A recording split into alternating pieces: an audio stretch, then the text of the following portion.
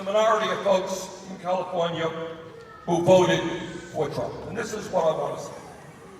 During his campaign in 2016, Trump said a whole lot of things which on the surface sounded reasonable. The only problem is that this guy is a pathological liar, and it doesn't matter what he says, because the next day he's going to change his view. Trump ran for president, you all may recall, he said, I'm going to provide health care to everybody. Well, I believe that. Barbara believes that. You believe that. Turned out, though, he lied. And when he became president, he helped lead the effort to throw 32 million Americans off of the health care they have. And thank God in the Senate, with the vote of the late John McCain, we were able to defeat that proposal by one vote.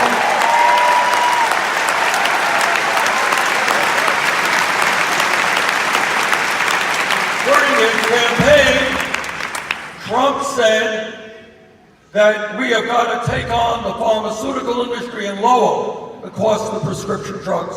He's right, that's what we should do. Unfortunately, he lied again, and over the last 2 years, prescription drug costs in California and throughout this country have soared. Now, I know just the other day, 8 days before an election, he came up with his idea about how to deal with the high cost of prescription drugs. And if you believe that he will carry that out, we got a great bridge in Brooklyn to celebrate. During his campaign, Trump said to the people of Vermont, California, he said, look, I'm a different type of Republican. Trust me! I'm not going to cut Medicare and Medicaid and Social Security. Well, he introduced his budget, called for $1 trillion cut in Medicaid, and by the way, let us be clear, not only would this be devastating for low-income and working families and for the children, but for all of you who have parents or loved ones in nursing homes. Who do you think's paying that bill right now? It's Medicaid. Right. And you cut $1 trillion off of Medicaid in order to give tax breaks to billionaires. The middle class of this country is going to be left with a high bill that many families simply cannot afford.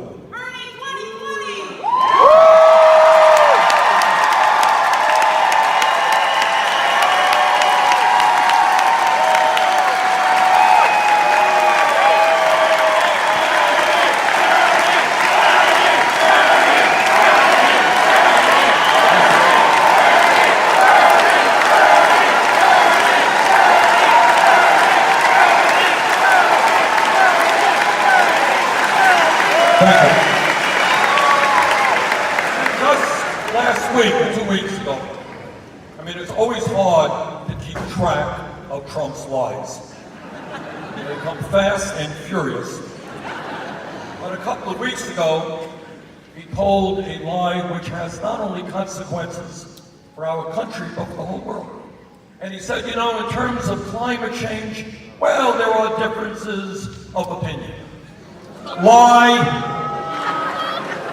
The scientific community is 99% united in telling us, now I understand that for a president who doesn't believe in science, whose scientific information comes from Fox TV, it might be hard to appreciate, but 99% of the scientists believe, as is the case, that climate change is real.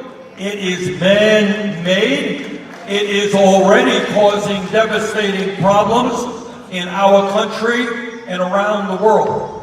And some of you may have seen, and I suspect that Donald Trump did not, but there was a recent 700-page report from the UN's Intergovernmental Panel on Climate Change. Some of you see that? And what that report said, and this report was a summary of thousands of studies all over the world. And what this report stated should scare the bejesus out of every person in the world. And what that report said is we got 12 years. 12 years is not a long period of time. 12 years to substantially reduce carbon emissions. 12 years to transform our energy system away from fossil fuel to energy efficiency and sustainable energy. 12 years in order to make sure that we leave to our children and our grandchildren a planet that is healthy and is happy.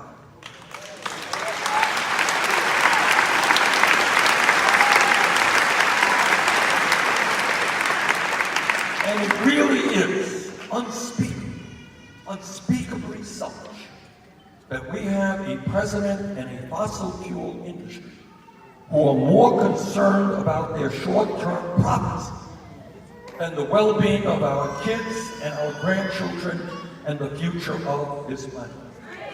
And whether Trump likes it or not, we are going to stand up to the fossil fuel industry.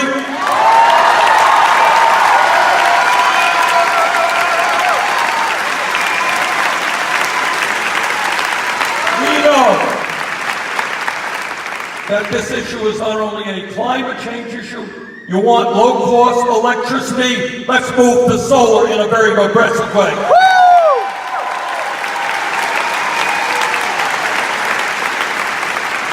You want to create millions of good-paying jobs, good-paying union jobs?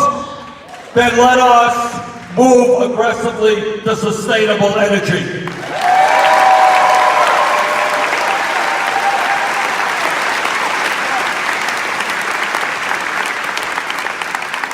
Donald Trump, likes to consider himself a tough guy, really tough guy.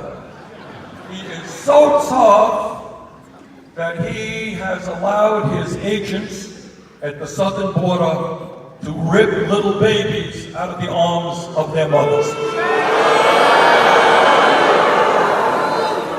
We say to Donald Trump, that's not being tough, that is moral cowardice.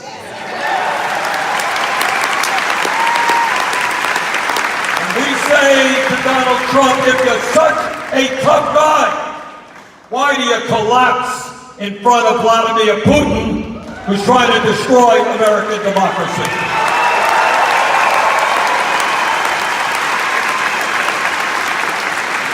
Trump thinks he's a tough guy, really tough, by cutting back on the WIC program, which provides nutrition for low-income pregnant women. Man, whoa, boy, how tough can you be? But when it comes to standing up to the dictator of Saudi Arabia, who had a journalist dissident killed, he's not so tough in that regard.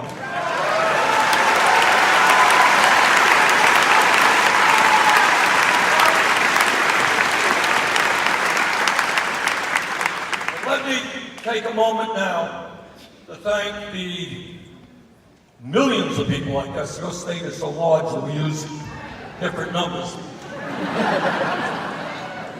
who helped us out in the 2016 Democratic presidential primary.